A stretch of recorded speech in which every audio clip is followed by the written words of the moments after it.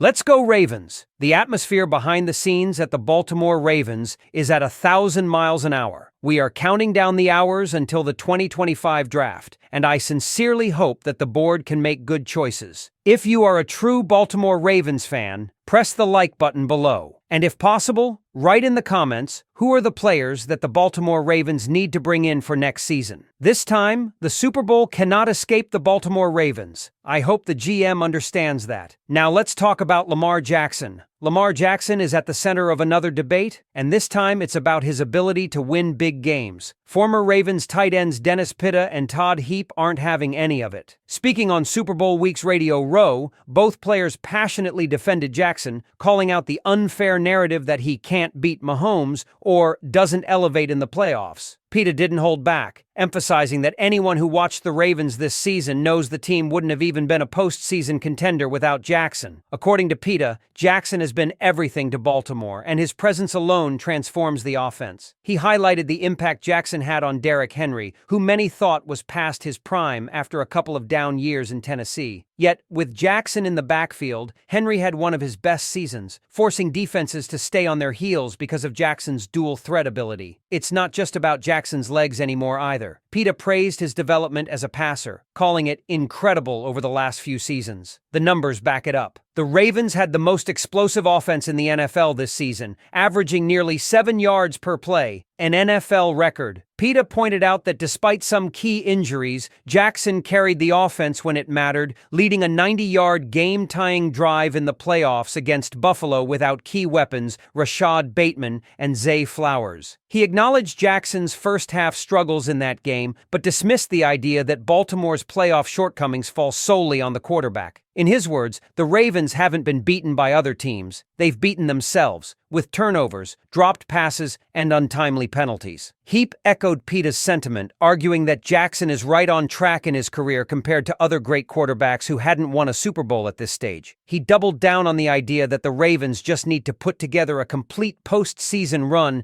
and avoid the self-inflicted wounds that have cost them in recent years. But this conversation wasn't just about Jackson. The former Ravens also spoke highly of head coach John Harbaugh and the culture he's built in Baltimore. Harbaugh, the second longest tenured head coach in the NFL, has been a steady force for the organization, and Pitta credited his ability to manage personalities and maintain continuity at the top. He pointed out that teams with constant coaching turnover, like the Jaguars and Raiders, struggle to find consistent success, while organizations like the Ravens, Steelers, and Chiefs thrive because of stability. Heap shared personal insight from his time under Harbaugh, praising the coach's attention to detail. He recalled how, every week, the team would go over unusual in-game situations so they wouldn't be caught off guard. That level of preparation, Heap believes, is what has kept Baltimore competitive year after year. Aside from football, Pitta and Heap also discussed an innovation in cleat technology, CADX cleats. Pitta discovered them through social media and was immediately intrigued by their potential to reduce lower body injuries. The cleats are designed to flex and rotate, helping prevent ankle sprains and ACL tears. Pitta reflected on his own injury history, wondering how his career might have been different if he had worn cleats with this type of protection. He mentioned that around 20 NFL players have tested them this season, and the feedback has been overwhelmingly positive. Their discussion eventually shifted to Super Bowl 59, where both former Ravens gave their predictions for the Eagles-Chiefs matchup. Pitta focused on Kansas City's offensive line against Philadelphia's dominant defensive front, particularly rookie standout Jalen Carter. Heap, on the other hand, emphasized the Eagles' passing game, believing it will be the deciding factor given how well Chiefs defensive coordinator Steve Spagnuolo has contained opposing run games. In the end, they split their predictions, Pitta picking the Eagles in a 2017 defensive battle, while Heap went with the Chiefs in a 28-24